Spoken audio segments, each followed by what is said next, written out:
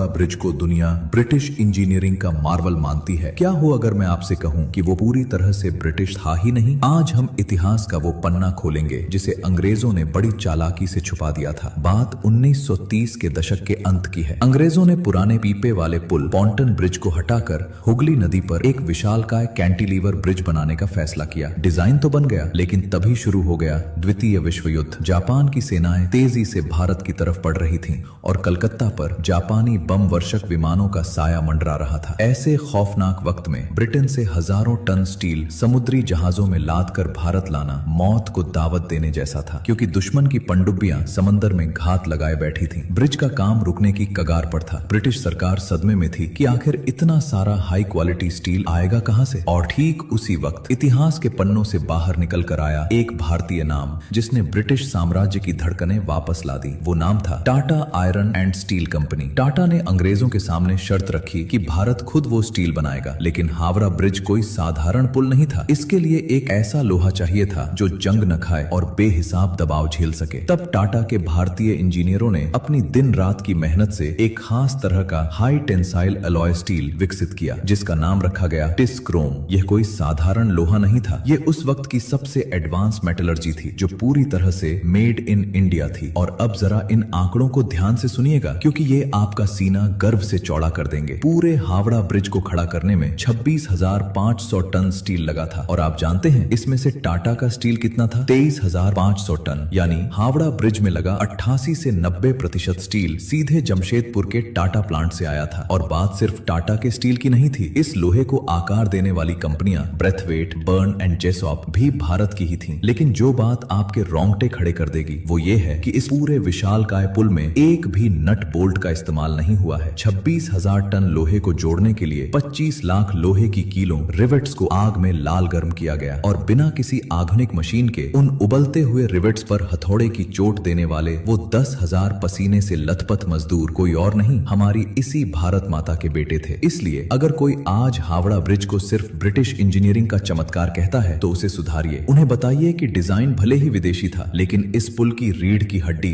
भारत के पसीने, भारत की जमीन और भारत के लोहे से बनी है। ये पुल महज एक ढांचा नहीं, भारतीय औद्योगिक शक्ति का एक जीता जागता स्मारक है। अगर आपको भी अपने इस स्वदेशी इतिहास और टाटा के इस योगदान पर गर्व है तो आज कमेंट्स में वंदे मातरम और जय हिंद की झड़ी लग जानी चाहिए। अंग्रेजों के फैलाए इस झूठ को तोड़ने के लिए इस वीडियो को हर भारतीय तक शेयर करें और इतिहास के पन्नों से ऐसी ही सच्चाई बाहर निकालने के लिए इंडियन लेगेसी को अभी सब्सक्राइब करें।